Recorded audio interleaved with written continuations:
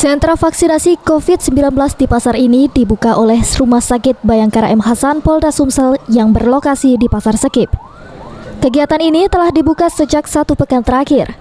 Dengan sasaran 200 warga setiap harinya dilakukan vaksinasi COVID-19, baik itu dosis pertama maupun dosis kedua.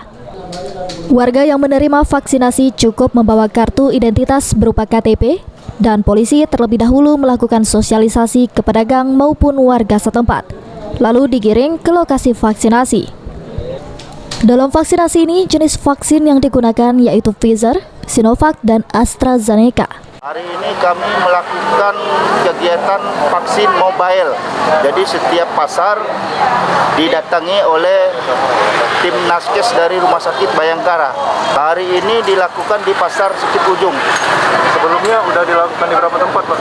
Sudah di setiap pasar dari tanggal 25 ya, Pak? Ya. Dari tanggal 25. Kami menyiapkan vaksin sekitar 200. Baik satu maupun kedua. Nanti siapa yang datang, ya mudah-mudahan mencapai target sampai 200 Per hari itu, Pak, ya? per hari. Sejauh ini vaksinasi yang dilakukan di 10 pasar dengan capaian vaksinasi sebanyak 2.000 orang. Firman Hidayat, PAL TV.